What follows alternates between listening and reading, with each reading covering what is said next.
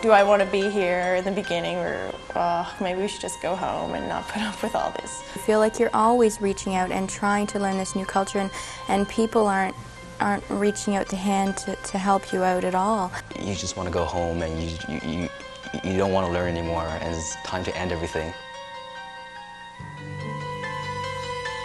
Listening to them, you might feel that they were immature, that they couldn't cope with their emotions as adults. But going and submerging totally in another culture with no support system can be pretty unnerving, even for the toughest of the toughs. When I first went into Ghana, it was a real honeymoon stage. I was overjoyed at all the changes, and everything was new and everything was great, and meeting all these wonderful people, and a new climate, geography, and it was a big thrill to go into this culture. So you have that energy to go, okay, well, this is fun.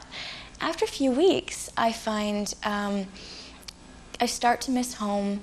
I start to miss knowing how to react to situations and knowing how to act and adapt. The first problem I had was about maybe 2 weeks after I'd been there, maybe even a week. I got a letter from my best friend at home, and as soon as I hadn't been homesick, and as soon as I saw the letter, I just started bawling, and then I was laughing and bawling, and it was just really odd for me.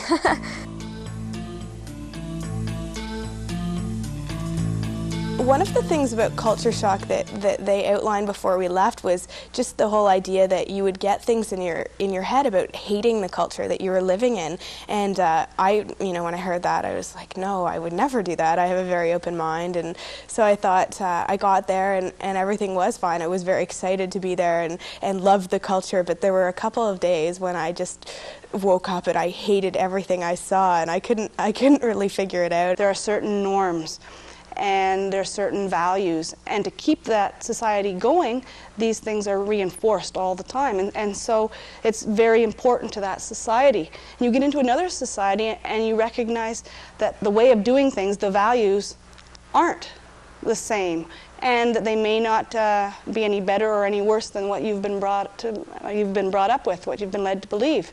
And so all of a sudden, it's not that you're not a person with a cultural problem, but what's happening is you're starting to think about whether these values are really the only values. And then you start to have a little bit of a culture shock. I was surprised because I'd done a fair amount of traveling in Europe. I have relatives in Germany whom I'd visited. It's Western culture and civilization, right? There was culture shock, and I was surprised that there was culture shock. Now, often when we're thinking about culture shock, we envision culture shock because we're going to an African country or an Asian country where everything's different. The language is different, the food is different, et cetera, et cetera. So sometimes what happens is people who are going to places that are not as different or that aren't perceived to be as different, they don't prepare themselves to the same extent. I try and ease their fears by telling them that it's quite normal, that everyone who goes from one culture to another will experience it. And so they will experience culture shock. It's not a question of if, it's to what degree they will experience it. And I try and go through with them the U-curve on culture shock, the 5 stages of acculturation. And it's a kind of roadmap for them so that when they are overseas and they feel elated about arriving in the country, then they know they're at the first stage. If they become very lonely and they think that they've made a big mistake by going overseas, then they know they're in stage 2, and it goes all the way through like that. And so that they're aware of where they are in their experience and that they're not alone. Everyone else on an exchange program is going through acculturation. How does one know that you are experiencing culture shock? After all, even in our familiar environment, we do have our bad days, days of just pulling the hair out of sheer frustration. What makes it different? I noticed, wow, I like to go to bed at 8 p.m. now, every day. Why is that? And in retrospect, it was obvious. At the time, though, I would sleep a lot. Also, I'm a fairly social person, and yet I spend a lot of my time in my room reading or writing letters, but not interacting with my host family or other Germans. I started to feel that people didn't understand me at all, and that's a dangerous point to be at in terms of an overseas or cross-cultural placement, because you can really go either way. You can withdraw into yourself and sort of shut yourself off in your room and not want to talk to anyone. When you go abroad and you're starting to feel homesick, or you're lonely, or you're frustrated, or you're angry, or you start to be very compulsive or obsessed with certain things, we try and indicate that perhaps you are experiencing culture shock. Another very common reaction is to get together with fellow travelers and complain about the culture of the host country and the habits of the inhabitants. Cultural bashing in an expatriate community, I mean, it's universal. And I don't think you necessarily have to repress that, those feelings in you. I mean, obviously it's difficult when you're immersed in a different culture and you'll have complaints. And to be, you know, psychologically healthy, you have to voice those complaints and talk them out. But when you fail to see the positive aspects of, you know, a different culture, that's when I think you're actually hurting yourself. Communication becomes critical at such a moment of emotional tiredness. A part of culture shock is loneliness, an inability to talk, to share. You wouldn't exactly be helping yourself by locking yourself in your room. In an academic setting will facilitate your learning, minimize some of the stresses involved in academic study. What else would I suggest? Be honest. Don't be scared to share your emotions.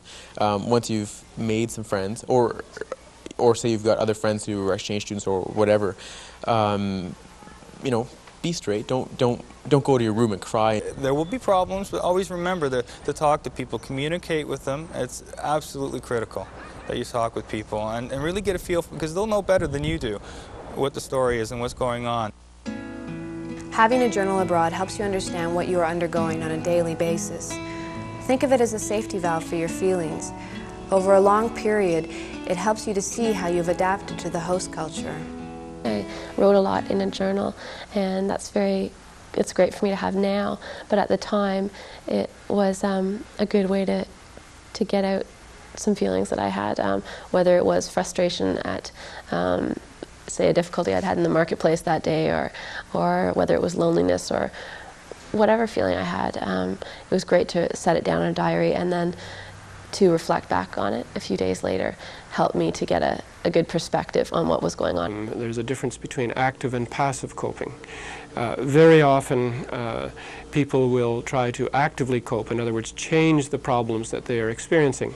But if you're a short-term visitor, very often this is not a sensible or practical thing to do. The society pre-existed your arrival, and it's going to probably remain much the same after you've gone. So perhaps passive coping is more successful. Rolling with the punches, so to speak, going with the flow, just accepting, knowing that these are the way things are done in the other culture, accepting them for what they are, and just learning to live with them for the time being, for the period of your sojourn.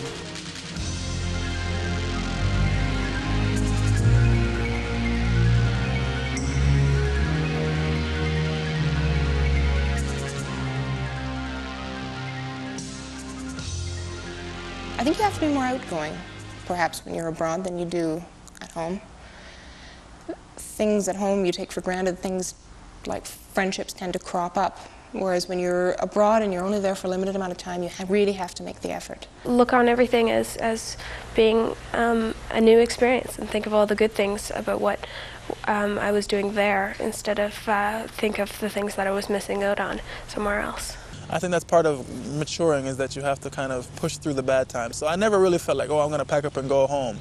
But, you know, I would just feel depressed, and that's when my phone bill would go up, because I'd get on the phone and I'd call people and I'd talk and talk and talk and, you know, get the bill at the end of the month and regret it.